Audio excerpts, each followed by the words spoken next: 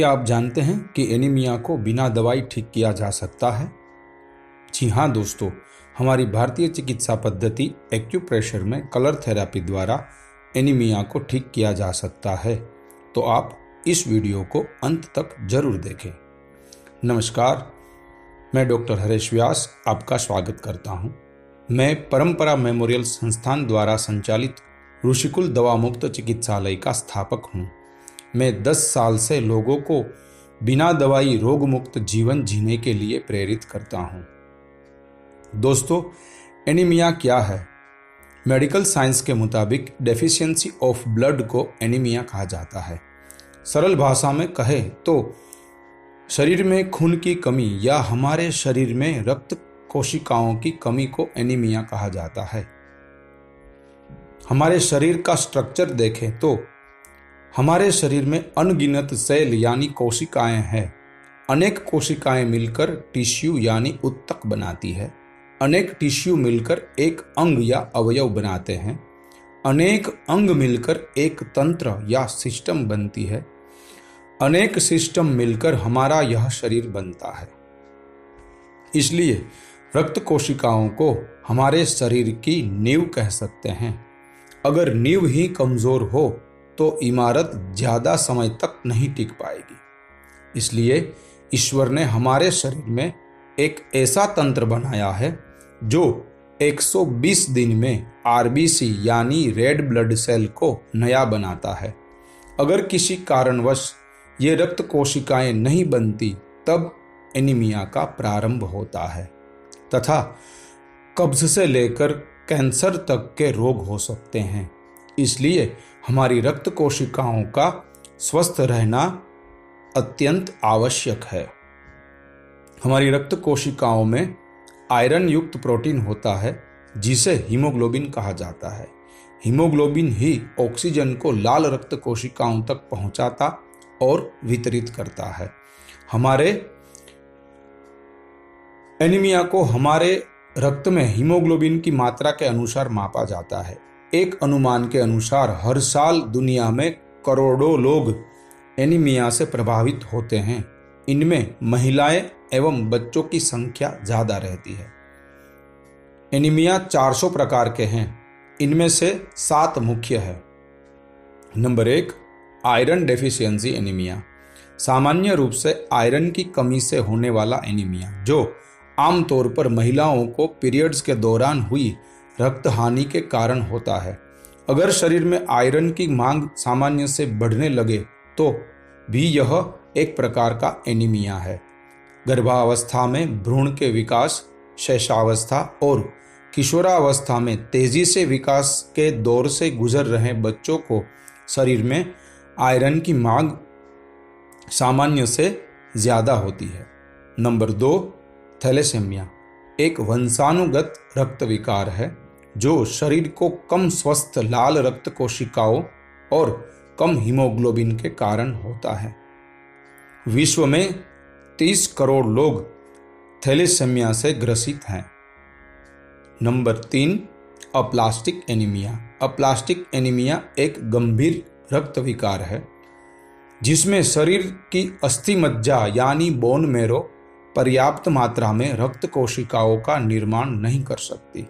इसलिए इसके परिणाम स्वरूप एरेथमिया, हार्ट एनलार्जमेंट, रक्तस्राव सहित कई स्वास्थ्य की समस्याएं होती है। नंबर 4, हीमोलिटिक एनीमिया जिसमें लाल रक्त कोशिकाओं को नष्ट किया जाता है और उनके सामान्य जीवन काल से पहले रक्त प्रवाह से हटा दिया जाता है। कई बीमारियां, स्थितियां और कारक शरीर को अपने लाल रक्त कोशिकाओं को नष्ट करने का कारण बन सकते हैं। यह भी गंभीर एनीमिया है। Number 5, sickle cell anaemia. यह गंभीर बीमारी है जिसमें शरीर सिकल के आकार की मतलब सी आकार की लाल रक्त कोशिकाओं का निर्माण करता है। सामान्य रूप से लाल रक्त कोशिकाएं डिस्क के आकार की होती हैं जो रक्तवाहिकाओं में आसानी से चलती है। सिकल कोशिकाओं में असामान्य हीमोग्लोबिन होता है जो कोशिकाओं को एक सिकल का आकार देता है जो रक्तवाहियों के माध्यम से आसानी से नहीं चल पाती और कठोर एवं चिपचिपी हो जाती है। रक्तवाहिकाओं में गुच्छों का निर्माण करती है और फंस जाती है। सिकल सेल के गुच्छे रक्तवाहिकाओं में रक्त प्रवाह को अवरुद्ध करते हैं जो अंगों में ब्लड सर्कुलेशन को अवरुद्ध करते हैं। रक्त को वाहिकाओं में दर्द, गंभीर संक्रमण और अंग क्षति हो सकती है। Number 6, pernicious anaemia. यह एनीमिया जो विटामिन B12 की कमी से होता है। जिन लोगों को लंबे समय से विटामिन B12 की कमी हो उनको पर्नीशियस एनीमिया हो सकता है। शरीर एवं हाथ पैर के जोड़ों में दर्द होता है। नंबर 7, फैंकोनी एनीमिया जो एक दुर्लभ रोग जो विरासत में मिला रक्त विकार है जो अस्थि मज्जा की विफलता की ओर जाता है। फैंकोनी एनीमिया एक प्रकार का अप्लास्टिक एनीमिया है जो आपके अस्थि मज्जा को आपके शरीर को सामान्य रूप से कम काम करने के लिए पर्याप्त नई कोशिकाओं का बनने से रोकता है।